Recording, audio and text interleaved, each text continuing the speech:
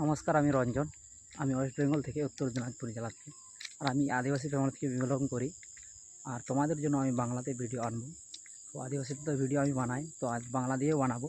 কারণ আমি স্কুল লাইফে যখন পড়তাম তখন আমার অনেক ফ্রেন্ড ছিল, আর বাঙালি ফ্রেন্ড অনেক।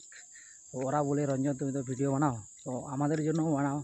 আমরা তো আদিবাসী বুঝি না, তো তুমি যদি আমাদের বাংলাতে বানাতে অনেক ভালো হতো। তাই আমি বাংলা চ্যানেল শুরু করেছি। চ্যানেলটা খোলা হয়েছে অনেক দিনে, কিন্তু ভিডিও আপলোড করা হয় না। তো এখন থেকে ভিডিও আপলোড হবে। তো দেখুন, আমি এখন আমাদের মাঠের দিকে আসছি, কত সুন্দর লাগছে। পুরো সোনালি ধান, কত সুন্দর লাগছে। তো প্রতিদিন আমরা মাঠের দিকে এসে থাকি, কারণ মাঠে সকালে এসে ঘুরে বেড়াই, একটু ওয়ার্কআউটও হয় ওই জন্য। আর মাঠের মাঝখানের দিকে আমি আছি। আর এটা হচ্ছে উত্তর দিনাজপুর লাস্টে, একবারে কিছুক্ষণ গেলে আর একটু সামনে গেলে হচ্ছে মালদা। তো আমরা তো উত্তর দিনাজপুরের লাস্টে থাকি।